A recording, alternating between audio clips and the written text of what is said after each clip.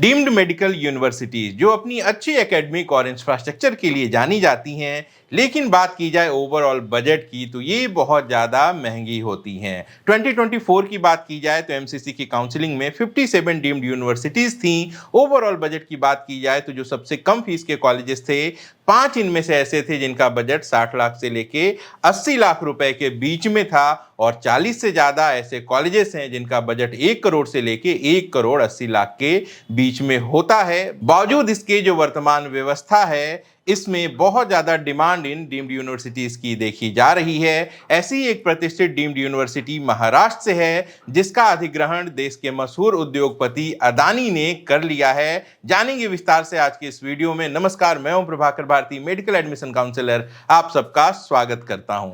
Adani group ने नागपुर के Jawaharlal Nehru medical college Wardha, जिसे हम दत्ता मेघे वर्धा के नाम से भी जानते हैं, और इनका जो सेकेंड कैंपस है जो कि नागपुर में है, दत्ता मेघे, इन दोनों का अधिग्रहण कर लिया है। ये जो डील हुई है, इससे कुछ न्यूज़पेपर्स ने दावा किया कि दत्ता मेघे ग्रुप पूरी तरीके से बिक चुका है। वहीं कुछ का दावा है कि अदानी ग्रुप और दत्ता मेघे ग्रुप के बीच में पार्टनरशिप है। तो विस्तार से जानेंगे दोनों कॉलेजेस के बारे में और संभावनाओं के बारे में कि आगे इन बातों से किस तरीके का जो इम्पैक्ट है वो हमें कट ऑफ पर देखने को मिलेगा। सबसे पहले बात कर लेते हैं पुराने college Jawaharlal Nehru medical college Sawangi के बारे में, जो कि वर्धा में है। 1990 में ये बना था। 250 सीट्स हैं यहाँ पे और इनका जो इनटेक है वो 250 सीट्स का है। इनका नया कैंपस है दत्ता मेघे, जो कि नागपुर में है। 2020 में स्थापित हुआ। 150 एमबीबीएस सीट की कैपेसिटी है यहाँ पे। दोनों ही अपनी खुद की यूनिवर्सिटी, जिसका नाम है Datta Meghe institute of higher education and research,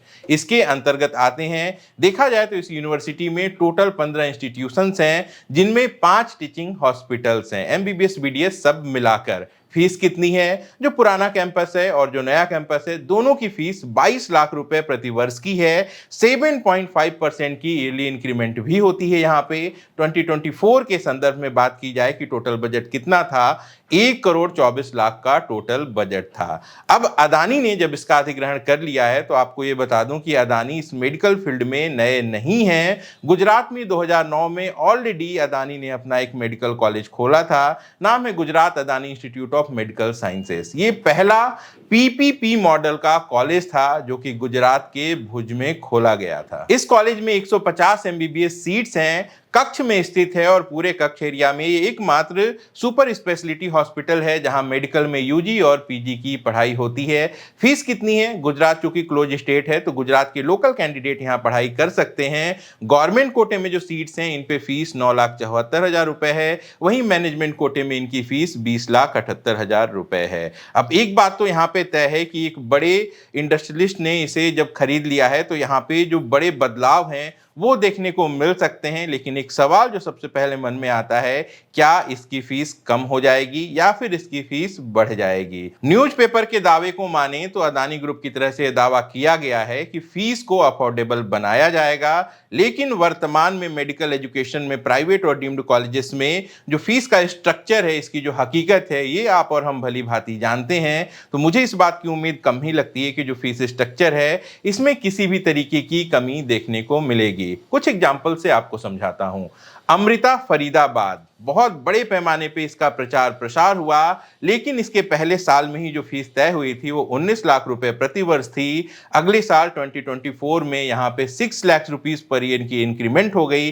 25 lakh रुपए यहाँ पे पर ईयर देने होते हैं, 5 साल की फीस है। दूसरा एग्जाम्पल कर्नाटक से बहुत ज्यादा न्यूज में चर्चा में आया, मधुसूदन साई का मेडिकल कॉलेज, जहां इस बात का दावा किया गया था कि यहां पे छात्रों को मुफ्त शिक्षा उपलब्ध कराई जाएगी। 2023 में 750 रुपए मात्र प्रति वर्ष की फीस रखी गई थी, लेकिन ये दावा 1 साल भी नहीं चला। 2024 आता है और यहाँ की फीस में होती है इंक्रीमेंट। आमतौर पे 5 से 10% की इंक्रीमेंट हम देश भर में देखते हैं, लेकिन पूरे इतिहास में यह पहला मौका था जब इसकी फीस 3 लाख % बढ़ा दी गई थी। 750 से बढ़ के 22 लाख रुपए प्रति वर्ष की फीस हो गई। तो इस हिसाब से देखा जाए तो फीस में बहुत कमी आएगी, इसकी उम्मीद मुझे नहीं लगती है। हाँ, जो क्वालिटीज़ हैं वो और ज़्यादा इंप्रूव हो जाएंगी। बाकी तो आप जानते ही हैं कि डीम्ड में बात चाहे 1 करोड़ की हो या फिर 1.5 करोड़ की, इसके बावजूद हमें अच्छी खासी कट ऑफ देखने को मिलती है। अब 2025 में इसकी फीस में क्या बदलाव आता है, ये जैसे ही डिक्लेयर होगा मैं आप सबको सूचित कर दूंगा।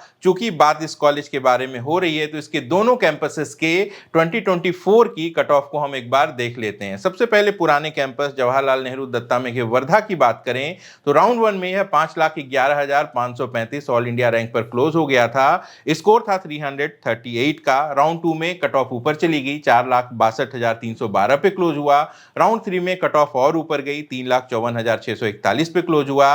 राउंड 4 में इसकी जो कट ऑफ है अपने हाईएस्ट लेवल पे 1,05,591 पे चली गई और यहाँ पे जो सीट्स हैं वो खत्म हो गई थी। सेकेंड कैंपस की अगर बात की जाए तो दत्ता में के नागपुर राउंड 1 में 5,10,316 ऑल इंडिया रैंक पर क्लोज हो गया था और इसके बाद राउंड 2 में ये 4,32,602 पे हायर साइड में चला गया। राउंड 3 में 1,34,575 पे चला गया। राउंड 4 में 1,31,203 पर और राउंड 5 में 2,43,106 पर। तो इस बार जो फीस स्ट्रक्चर होता है इसका रोल भी बहुत ज़्यादा इंपॉर्टेंट होगा कि इसकी कट ऑफ हमें क्या देखने को मिलती है। लेकिन चूंकि अदानी ग्रुप ने इसका अधिग्रहण किया है तो यह बात तो तय है कि ये चाहे पार्टनरशिप हो या फिर पूरी तरीके से ये अदानी कंपनी के अंडर में आ जाए, जो रेपुटेशन है कॉलेज की वो बढ़ने वाली है। चलिए क्या बदलाव होते हैं आगे ये आने वाले वक्त पे छोड़ देते हैं। नीट यूजी काउंसलिंग से जुड़ी इंपॉर्टेंट अपडेट्स, कट ऑफ की डिटेल्स और काउंसलिंग प्रोसेस को लेके सटीक और पारदर्शी जानकारी लेकर हम आप तक आते रहेंगे। नए हैं तो सब्सक्राइब कर दीजिए चैनल को, वीडियो को लाइक करके अपना प्यार दिखाना मत भूलिएगा। अपना और अपनों का खूब ख्याल रखिएगा। मैं जल्द मिलता हूं। नमस्कार, जय हिंद।